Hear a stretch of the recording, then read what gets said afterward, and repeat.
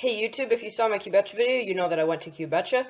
And since I got back, I've been really busy, and I know I promised a ton of you guys that this video would be up soon, and I'm sorry to everyone that I said, oh, it will be up tomorrow, or it will be up the next day. I'm sorry about that. But yeah, let's see how I did.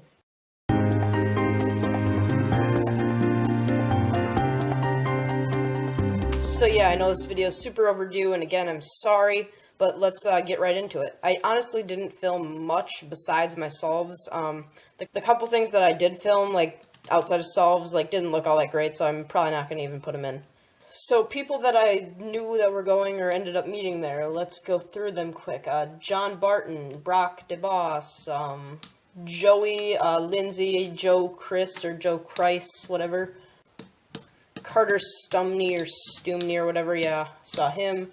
Jahua Rubik's, Chris Olsen, signed my 2x2, and that's all that I can remember off the top of my head. If I forgot you, I'm really sorry, just tell me in the comments below. So since I'm not going to put any film footage of stuff besides solves in here, I'll just tell you some of the interesting stuff that happened. Brock scrambled my 8x8, Brock scrambled my Hexaminx, some random person scrambled my Gigaminx. I sold a whole bunch of stuff to John Barton, and he just wouldn't stop giving me money. I'm like, you can have it for $7, and he's like, no, I better give you 10. I'm like, okay, I'll take your money happily.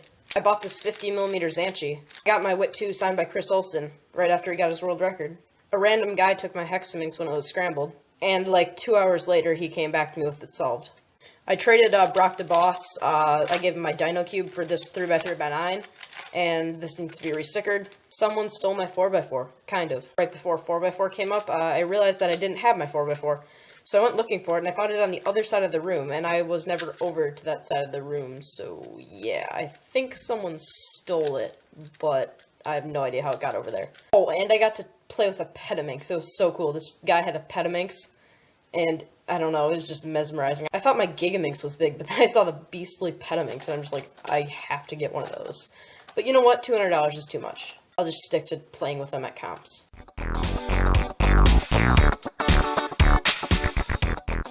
So next up was 2x2 round 1. So let's get into it with my first solve.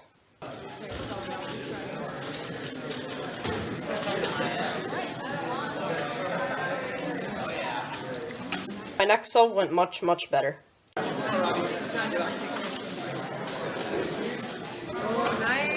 Now, I didn't really tell you who was recording this, but you'll be able to see after this clip. John Barton, subscribe.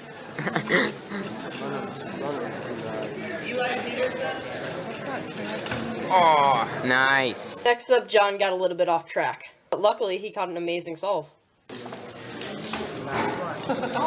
Next up was my fourth solve, and it was going really good. I had the first layer done and the OLL done in 2 seconds, and then it took me 3 seconds to do the Y-perm here, so that really screwed up my time. I could have had a really nice time, but stupid Y-perm.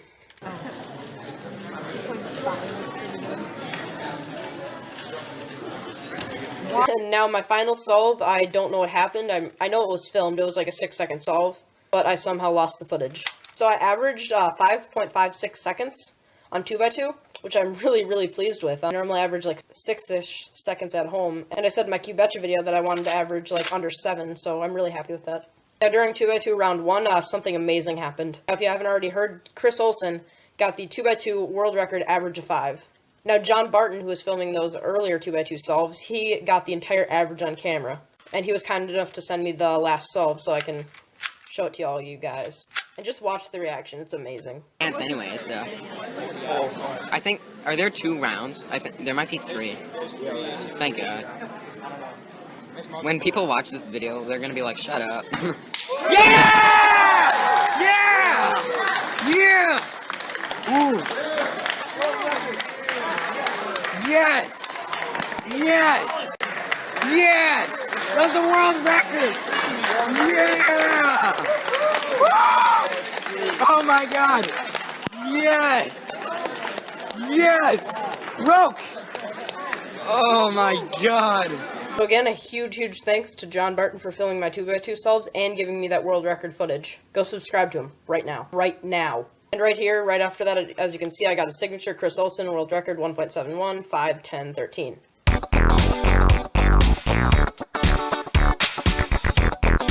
first 3x3 solving competition ever. Check it out.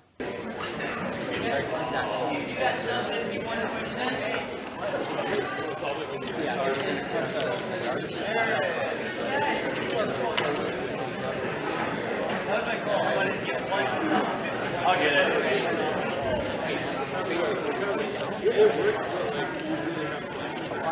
Need a different timer there. Now I'm really pleased with getting 24 seconds on my first competition solve ever. I mean, 24s are usually what I average, but wow, I was really happy with that. Next up, I got an amazing solve. It wasn't like an easy cross or anything.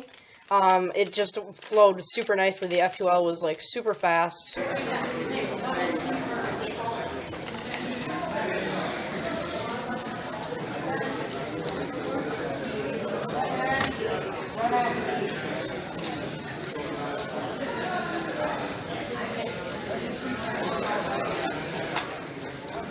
Oh my god, PB. Nice. That's not just competition PB. That is my all-time PB. So on this solve, here's something to look out for.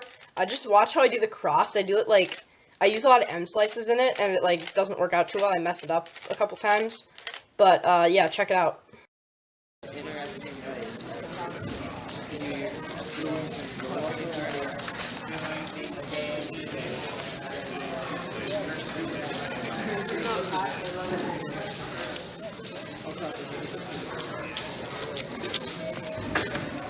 What'd you get? Is that a keyframe again? So the next solve, Brock forgot to turn off the flash on my camera. So yeah, he had to like stop it and whatever, do some stuff. But luckily he caught it at about 9 seconds and got the rest of the solve.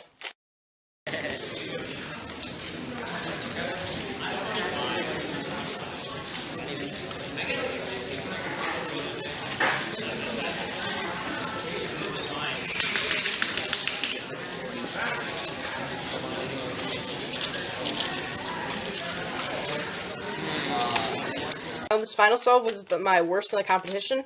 It was still sub 30, so I'm not really going to complain. Use it because it is technically. I do count. W. Yeah, right.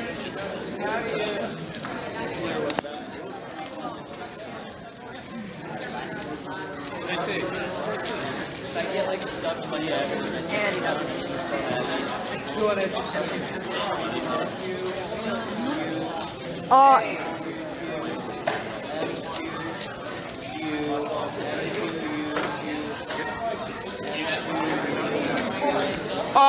Did you get it? So anyways, if you paid attention to that clip at all, you can tell now that Brock DeBoss is really bad at holding cameras. Just kidding, Brock, I still love you. So my final average was 24.7 seconds, which was not enough to get me to round 2, sadly. But I'm still really pleased with that time because that's less than I usually average at home.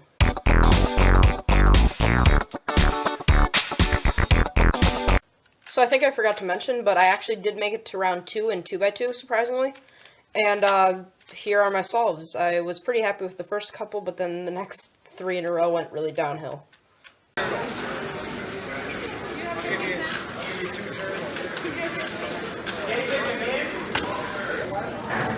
Subscribe to John Barton.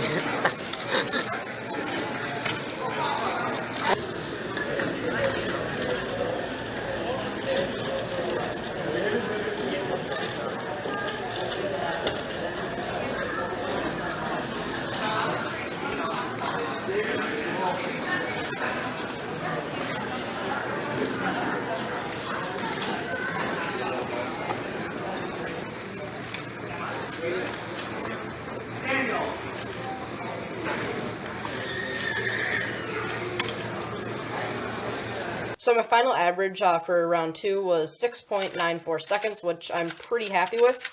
I mean, it's still sub 7, which is pretty good for me, but obviously it was not enough to get me to the final round.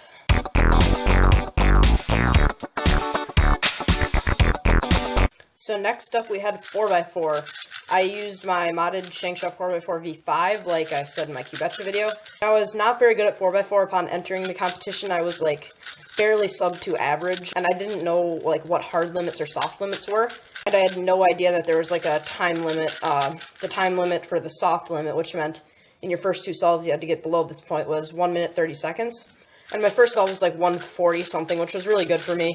And I was pretty surprised that I got that in a competition that was with double parity as well. So the guy reminded me of whatever soft limit I had to get below 130, and I'm like, nah, there's no way I'm going to get below 130.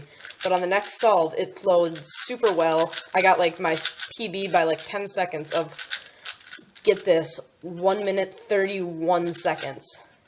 It was like 131.1, like that close to being able to finish my average, which would have been so cool. And the solve probably would have been like 124 or something, or 125. But what happened was I got, when I got to the last layer, I had a PLL skip, but I didn't realize it. I had parity, actually, for my last layer, basically. And I thought I had a U-perm, so I went ahead and did the U-perm. Oops, whatever. And then I, like, saw this case, and I thought it was a Z-perm, so I went ahead and did a Z-perm. And upon doing that, I figured out it was parity, so whatever I did, I don't even remember what I did, but I fixed the parity and it added like 5 seconds onto my solve. And wow, I could have had just an amazing solve, but wow, the parity just really screwed me up for some reason. So I did not film either of my 4x4 solves because I just didn't think they would be good enough or worth it to film. And yeah, it probably would have been cool for you guys to see my fail 130 solve, but whatever. So guys, that's basically it for my Cubetcha 2013 recap video. I really hope you enjoyed this video. This took me a good 6 hours to edit, guys, so if you can leave a like to show your support, I would really be appreciated. Like I said like 100 billion trillion times, Cubetcha was super duper fun. I got to meet a lot of people, and it was just overall a great experience. Anyways, guys, I'll see you on my next video.